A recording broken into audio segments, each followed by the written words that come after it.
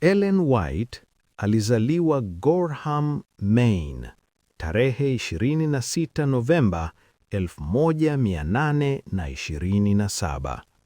Wazazi wake walikuwa Robert Harmon na Eunice Harmon.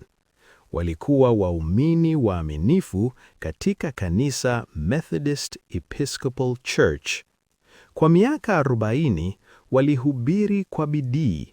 Walifurahia kuona watoto wao 8 wakimpokea Kristo. Akiwa mtoto, familia ilihamia Portland, Maine.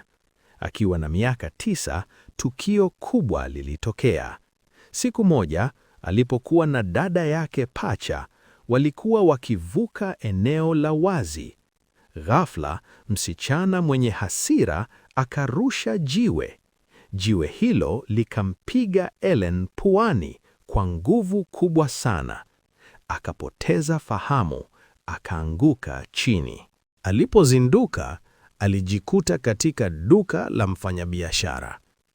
Mtu mwema akajitolea kumpeleka nyumbani kwa gari. Lakini Ellen, bila kuelewa hali yake, akasema atatembea. Watu hawakujua jeraha lilikuwa kubwa, wakamruhusu aende. Baada ya hatua chache tu, kizunguzungu kikaanza. Nguvu zikapotea. Akaanguka tena. Dada yake na rafiki yao wakambeba hadi nyumbani. Kwa wiki 3 hakujitambua kabisa. Alikuwa kama amelala usingizi mzito usio na mwisho. Wengi walidhani hatapona, isipokuwa mama yake. Mama yake aliamini ataishi. Alipoanza kuzinduka, hakukumbuka chochote. Ajali haikuwa katika kumbukumbu yake. Mwili wake ulikonda sana hadi kubaki mifupa. Katika hali hiyo, alianza kufikiria juu ya kifo. Alimuomba Mungu amuandalie mwisho. Lakini ghafla, jambo lilitokea moyoni mwake. Alitamani kuwa Mkristo wa kweli. Akaanza kuomba kwa bidii kwa msamaha wa dhambi. Na ndipo amani ikaingia moyoni mwake. Akaanza kuwapenda watu wote kwa upendo wa kweli. Nguvu zake zikaanza kurudi, pole pole sana. Hata hivyo, afya yake haikuwa nzuri. Kwa miaka 2 hakuweza kupumua vizuri. Masomo yakawa magumu. Kumbukumbu ikadhoofika. Hatimaye, alilazimika kuacha shule. Huzuni ilimjaa moyoni, lakini ndani yake kulikuwa na kusudi. Maisha yake yakaanza kuelekezwa kwenye mambo ya kiroho.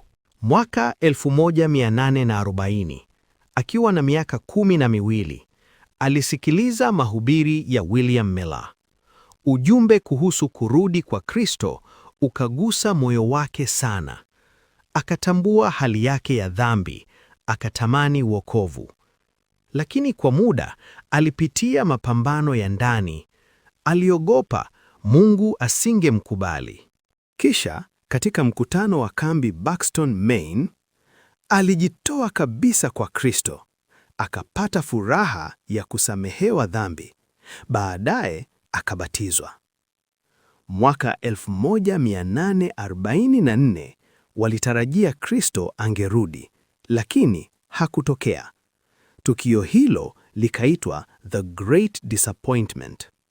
Huzuni kubwa ikatawala.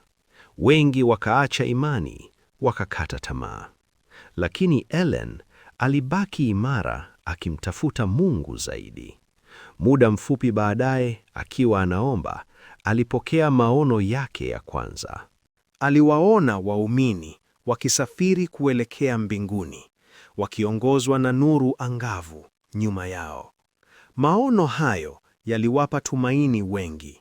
Ingawa alikuwa dhaifu na mwenye aibu, aliitikia wito wa Mungu.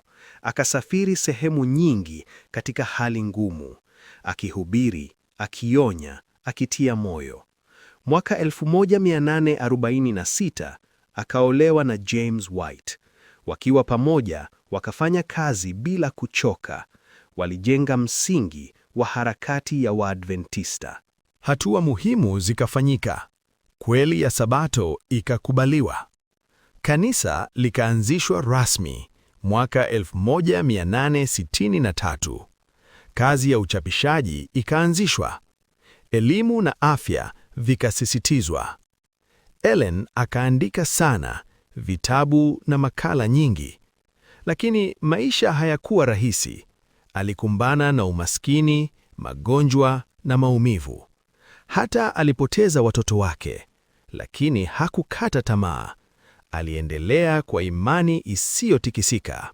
Mwaka 1881, msiba mkubwa ulitokea. Mume wake, James White, akafariki. Ilikuwa pigo kubwa sana, lakini bado aliendelea mbele. Alisafiri Marekani, Ulaya, hata Australia. Alisaidia kuanzisha kazi mpya na shule. Alisisitiza elimu ya Kikristo yenye vitendo. Miaka ya mwisho aliishi California. Aliendelea kuandika na kushauri. Kadiri umri ulivyoongezeka, nguvu zikapungua. Mwaka 1915 akaanguka vibaya. Afya yake ikadhoofika polepole. Hatimaye, tarehe 16 Julai 1915, alifariki kwa amani. Mazishi yake yalifanyika kwa heshima kubwa. Akazikwa karibu na mume wake, Battle Creek, Michigan. Maisha ya Ellen G. White ni ushuhuda wa imani. Ni hadithi ya kujitoa na uaminifu kwa Mungu. Kupitia maandiko yake, anaendelea kuzungumza hadi leo, akiwaelekeza watu kwenye Biblia na kumuinua Yesu Kristo kuwa tumaini la wokovu.